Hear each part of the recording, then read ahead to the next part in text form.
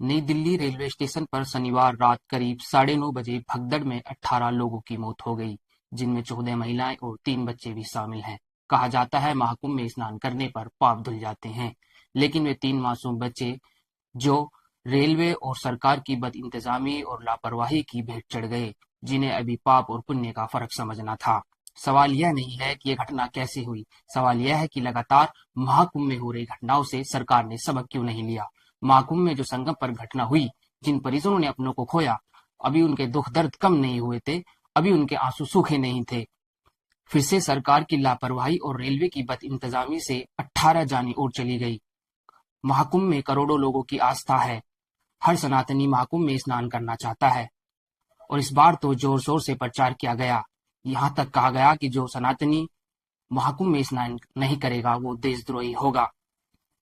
जिन लोगों ने ये कहा उनके लिए अलग से वीआईपी सुविधाएं दी गई, बड़े बड़े नेताओं और बड़े बड़े अभिनेताओं के लिए अलग से व्यवस्था की गई, लेकिन आम जन का क्या, आम लोगों के लिए क्या व्यवस्था की गई, ये आंकड़ों से देखा जा सकता है।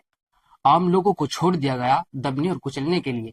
प्रयागराज जा रही रेलगाड़ी में ठूस ठूस कर यात्रियों को ऐसे भरा जा रहा है जैसे भूसा भरा जा रहा हो। लोग एक दूसरे के ऊपर चढ़े जा रहे हैं, टॉयलेट के पास बैठकर यात्रा करने पर मजबूर हैं, लेकिन सरकार सिर्फ बड़े बड़े दावे कर रही है। हैरानी की बात यह है कि जिस जगह यह घटना हुई वह कोई आम जगह नहीं है और कोई आम कस्बा, आम शहर का रेलवे स्टेशन नहीं है।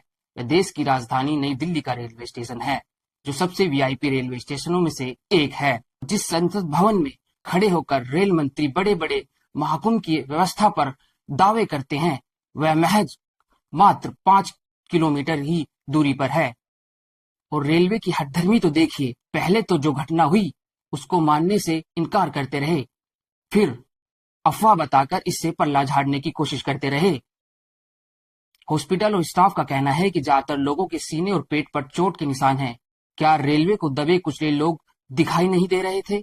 क्या उनको सुनाई नहीं दे रही थी उनकी चीखों पुकार? सरकार कब तक बदहाल व्यवस्था पर पर्दा डालने की कोशिश करती रहेगी? इस हादसे में जिन परिजनों की जान गई, उनको चंद पैसों का मुआवजा और गहरी संवेदनाएं मिलेंगी।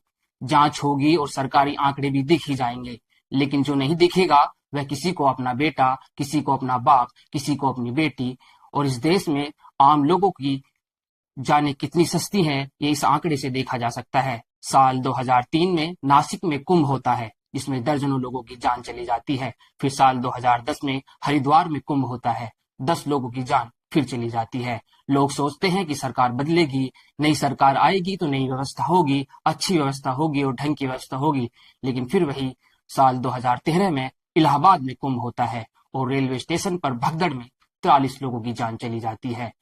ये आंकड़े, ये नंबर बदलते हैं, लेकिन नहीं बदलता तो सरकार का रवैया, सरकार की सोच, सरकार की समझ।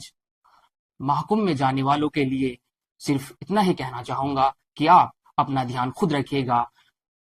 आप सरकार पर अंधविश्वास मत कीजिएगा, आप सरकार के भरोसे मत रहिएगा, क्या पता सरकार आपके भरोसे हो। आप देखते रहिए पैगाम 24, मैं दानिश अहमद।